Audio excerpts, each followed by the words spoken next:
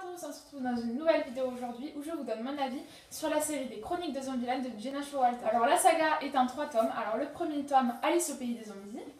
Le second tome, Alice et le miroir des maléfices. Et le troisième tome, La reine des zombies. Alors les Chroniques de Zombieland, c'est l'histoire de Alice qui a 15-16 ans à peu près. Et elle vit avec ses parents et sa sœur aux États-Unis. Sauf que sa famille, elle est un peu spéciale. Son père, qui est alcoolique, lui interdit de sortir la nuit. Il lui interdit de sortir avec des amis en dehors des cours. Il lui apprend à se battre contre des êtres qu'elle ne voit pas, des êtres maléfiques, et que seul son père voit. Emma, sa petite sœur de 8 ans, qui fait de la danse en club, elle va avoir un spectacle le jour de l'anniversaire de Alice. Et donc du coup elle va tout faire pour que Alice arrive à convaincre ses parents de l'y emmener et de faire un torse à leur règle de ne jamais sortir le soir. Elle va y arriver, sauf que le problème c'est que sur le chemin de retour, il va y avoir un accident de voiture. Sa famille, c'est-à-dire son père, sa mère et sa sœur vont mourir dans l'accident.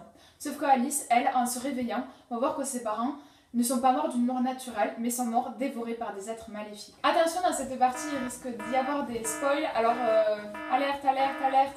Je ferai le maximum pour qu'il n'y en ait pas, mais c'est pas gagné. Alors, il faut le dire, le tome 1 a été un véritable coup de cœur pour moi. Par contre, c'est vrai, le second et le troisième a été un peu en dessous. Mais il faut dire que c'était quand même de très très bons livres et que j'ai quand même tout adoré dans l'ensemble. Alors, ce que j'ai aimé dans cette saga. Alors, pour commencer, j'ai adoré les scènes de combat. Alors, c'est vrai, il y en a énormément dans tous les tomes. Alors, c'est vrai que des fois, ça peut être un peu répétitif, mais elles sont tellement badass. C'est tellement bien ces scènes de combat, on a de l'adrénaline en nous, enfin, elles sont géniales. Mais c'est vrai que des fois, par exemple, c'est pas très très réaliste. Par exemple, quand on se prend un couteau et qu'on arrive encore à se relever, des fois c'est un peu spécial, mais ça reste quand même de la science-fiction. Et comme ils ont des super pouvoirs, ils sont pas comme tous les humains, on comprend que ils arrivent à se relever des fois de coups de couteau et des coups de fusil. Enfin voilà. Alors, il faut dire que les personnages, je les ai vraiment tous aimés. Il n'y en a pas un que j'ai laissé de côté. Même les méchants, ils font bien leur job, il faut dire. Par contre, un que j'ai vraiment aimé, c'est Cole. Alors, c'est vrai, je ne l'imaginais pas tellement comme c'était décrit dans le livre, avec les yeux violets, les tatouages de partout, et les piercings, etc. Je l'imaginais plus comme Bellamy dans la série The 100. Alors, je vous mettrai une image quelque part par là.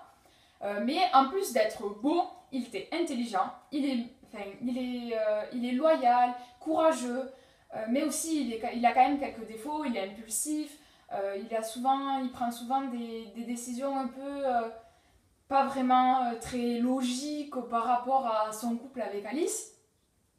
Mais ça reste quand même un excellent personnage et c'est pas le personnage caricatural qui fait que des bonnes choses, qui est tout blanc. Et voilà. Un autre couple emblématique que j'ai aimé, alors c'est celui de Frosty et de Kat.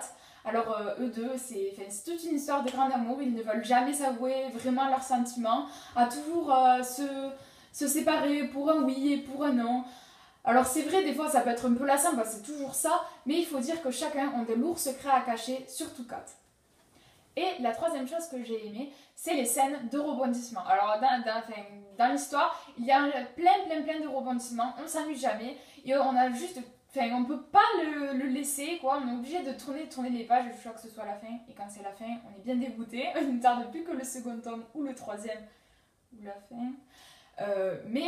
Dans tous les cas, on ne s'ennuie jamais. Par contre, il faut dire que quand même, malgré tous ces rebondissements et tout ça, certaines scènes étaient assez prévisibles. Et ça, c'est vraiment dommage. Mais quand même, avec le rythme et la cadence du livre, on ne s'ennuie jamais. Et ça, quand même, finalement, c'est un malus, mais pas tellement. Et si je devais résumer tout ça, alors c'est une très bonne série que j'ai adorée, qui conviendra à tous ceux qui aiment la science-fiction, les zombies, mais aussi la romance. C'est un livre qu'on ne peut pas s'arrêter de lire et vraiment il conviendra à mon avis à tout le monde. Voilà, cette vidéo est finie. N'hésitez pas à me dire en commentaire si vous avez lu cette série et votre avis, bon ou mauvais.